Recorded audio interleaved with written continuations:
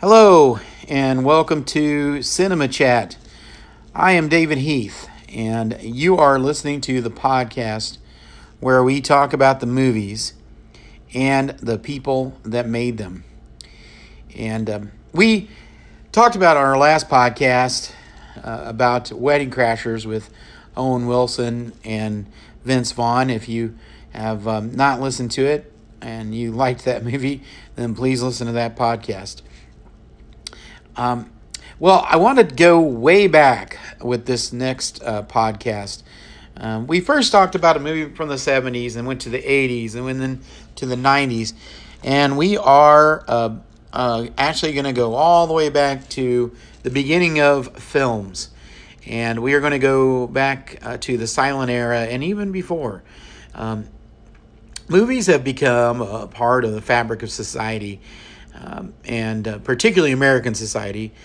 Movies offer escape, and sometimes they offer laughter, and sometimes they offer sadness or poignancy, and there's all kinds of movies out there, and but they do allow for us to do something, and a nice time killer, I guess.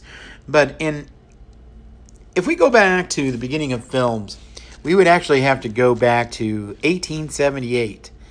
A man named Edward Maybridge used 24 cameras to film a horse galloping, and he used a series of still photographs, but it looked live, and I'm sure in 1878 it was really something. And in 1889, Thomas Edison made a film that was a true motion picture. He asked a man to just gyrate in front of the camera and only just to show movement. He wanted to show that he could indeed make a motion picture. The closest we came to that after the Maybridge film was a series of kaleidoscope films where people would look through a peephole and then they'd spin they'd use the little spinner to spin it, it'd spin the knob, and then it would change pictures and look like a motion picture. But again, it was just a series of stills. But Thomas Edison actually did a real motion picture in 1889. In 1895, there were two brothers named Austen and Louis Lumiere. They held the first known film private screening, and they made a series of films, all less than 1 minute long. But it did involve a private screening, and they asked people to come look at it, and it was a big thing at the time. 1902 is when most people would say the first real film was made, and the name of that film was A Trip to the Moon, and it was actually a French movie made by a man that actually the name of the movie is Le Voyage dans la Lune. I hope I said that right. But there were several versions of this movie made, and and it was made by a man named George Méliès, and he made this movie with movie sets, and he tried to make a somewhat of a tribute to Jules Verne, and he used special effects, state of the art, 1902. There was a iconic vision of the man in the moon, and if you've seen it, which most people listening to this podcast have seen it, and they'll recognize it when they see it. The man in the moon, when the rocket ship lands, it actually lands inside the moon, and then the moon has a face, and the face, it looks to say, "Ouch, that hurts," and it's something that you'll recognize it instantly once you see it. But the movie was at first screening a bit of a failure. It didn't it failed to sell all the tickets because the price tag to see it.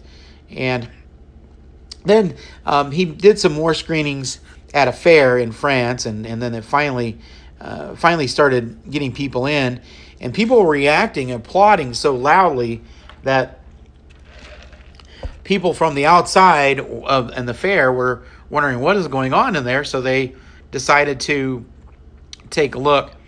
And the movie eventually moved on, and then that's when it got the name changed to Trip to the Moon.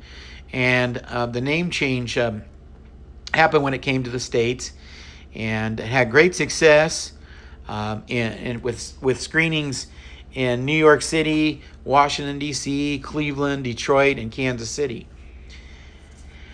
And this leads us up to 1903, where we have the first movie with a legitimate plot, and we have the first movie with somebody who said, "I'm going to make money off of this movie and sell people tickets, and they're going to buy it and help make me money." The Great Train Robbery. Edwin Porter was the director.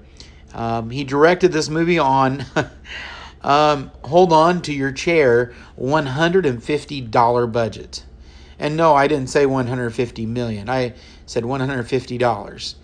$150 budget got him a 12-minute movie starring a man named Justin D. Barnes, who played the outlaw leader.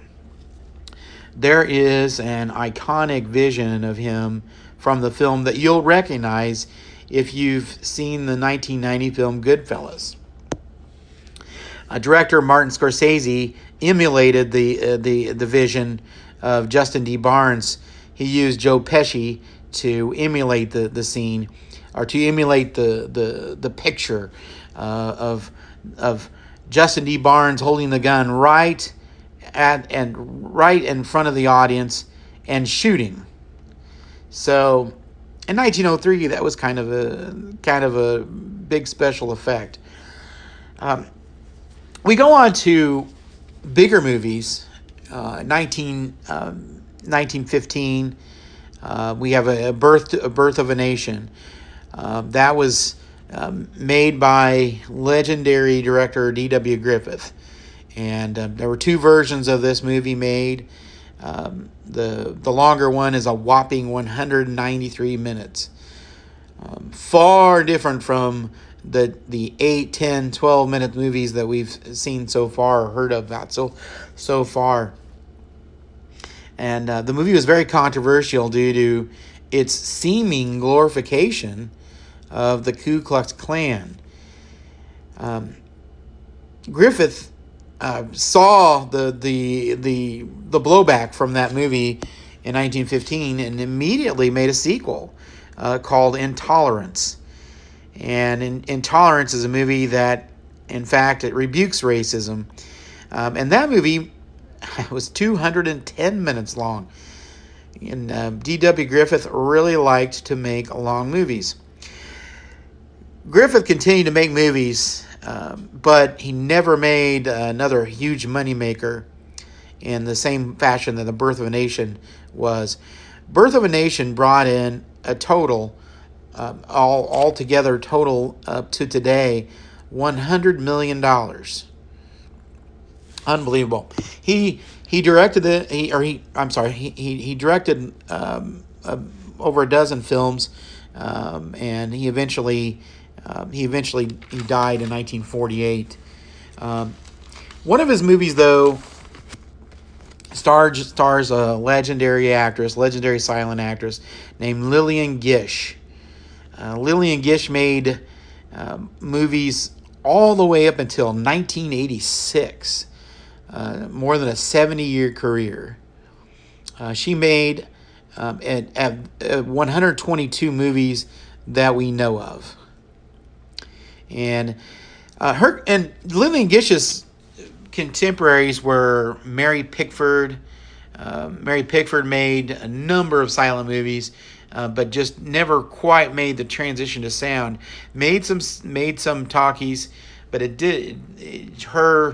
her voice was not as pretty as her face, as some might say.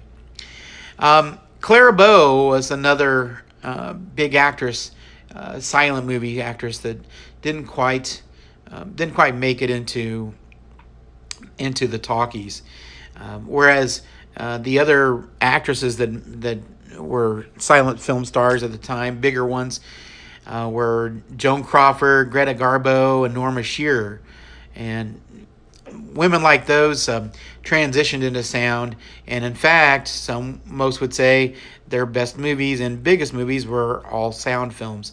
And as far as men go, we had lots of different actors. Max Linder was one. He portrayed a gentleman, but he probably never actually played one.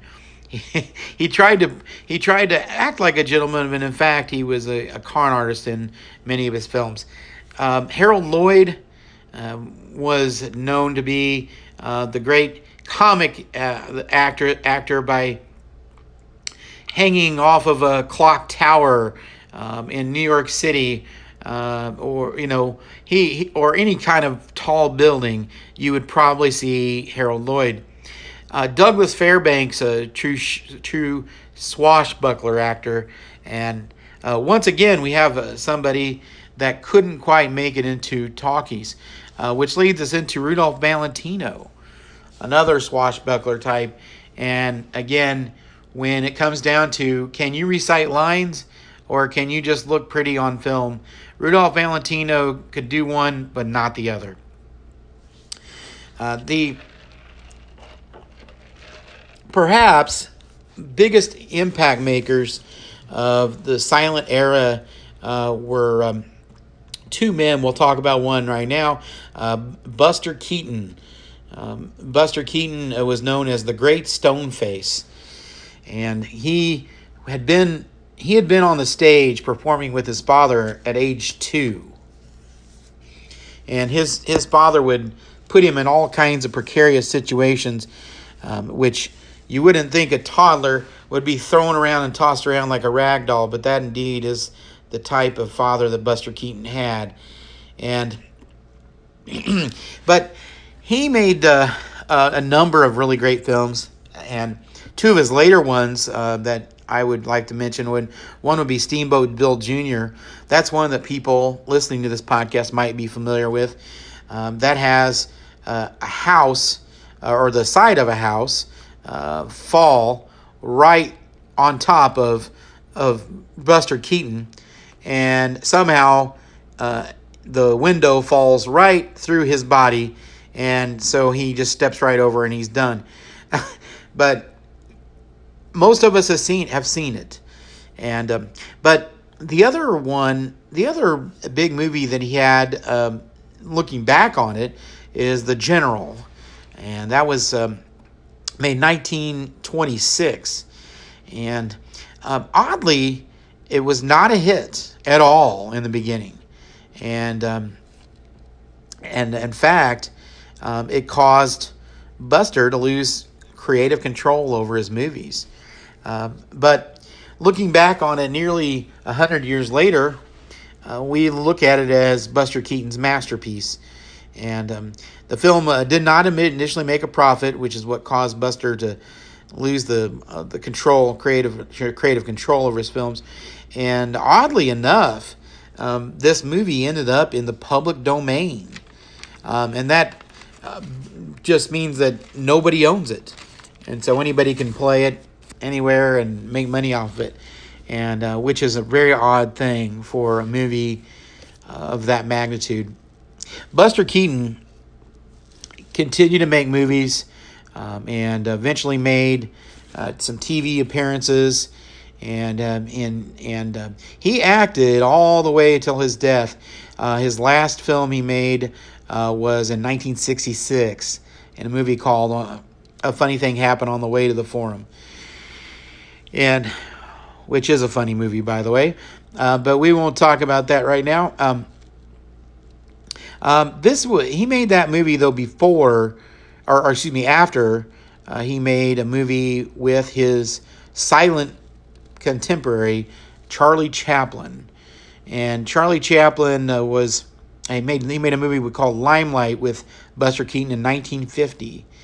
And that movie had a priceless scene with the two aging talents still looking at the top of their game for a couple of minutes. Charlie Chaplin, though, was multi-talented.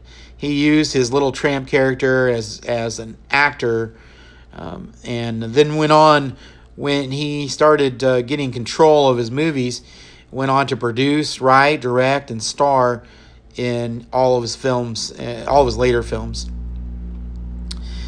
He also wrote the scores for the last several of his films.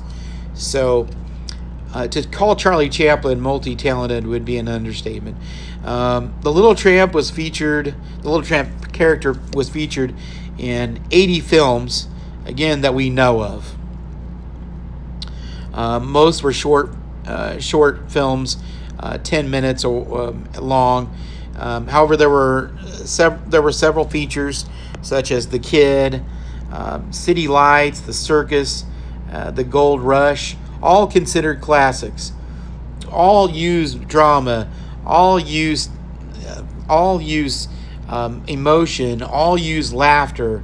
All those feature films have all those things in them, and not to mention the great music that goes along with them, that Chaplin made himself. Chaplin had a smash hit in 1940 with The Great Dictator, and the irony of that movie is that it was made in 1940, much after silent films were out of the picture.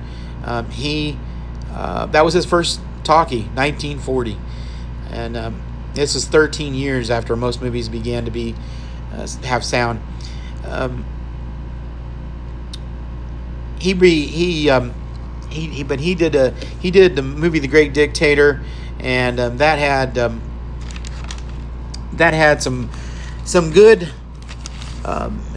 gags, but we saw the end of the Little Tramp character as it was abandoned forever, as sound became a part of his films.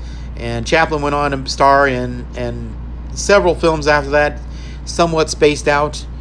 He didn't star in a movie every year, but Charlie Chaplin died at the age of 88 in 1977. And the movie The Jazz Singer was made in 1927, and that was the first movie with sound.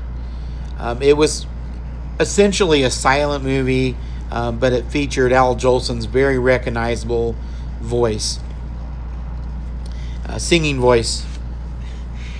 Soon after The Jazz Singer, Hollywood completely converted to sound. And then we go on to another era. But that's the end of our story about silent films. I hope you've enjoyed discovering some new facts about this as much as I had. And I hope that everyone is enjoying all of the podcasts. And I do have some more ideas. I still have a website under construction. That'll be up sometime soon. But in the meantime, this is David Heath, and this is the podcast where we talk about the movies and the people that make them.